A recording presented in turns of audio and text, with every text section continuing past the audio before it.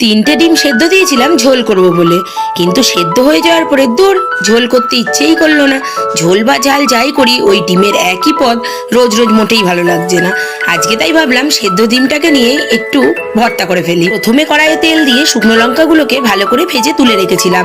তারপরে ওই তেলের মধ্যেই কয়েকটা রসুন দিয়ে দিয়েছিলাম, আর রসুনগুলো দেওয়ার পরেই কুচনো পেঁয়াজও আমি অ্যাড করেছিলাম। আর ভালো করে রসুন আর পেঁয়াজটাকে ভেজে আমি একটা থালার মধ্যে তুলে রেখেছিলাম, আর যেখানে শুকনো লঙ্কাটাও তুলেছিলাম। এদিকে ডিমগুলো সেদ্ধ হতেই আমি একটু খোলা ছাড়িয়ে নিয়ে ভালো করে হাতের সাহায্যে মাখিয়ে নিয়েছিলাম। তারপর রসুন আর পেঁয়াজ ভাজার মধ্যে আমি একটু নুন অ্যাড করেছিলাম, আর হাত দিয়ে ভালো করে মাখিয়ে নিয়েছিলাম।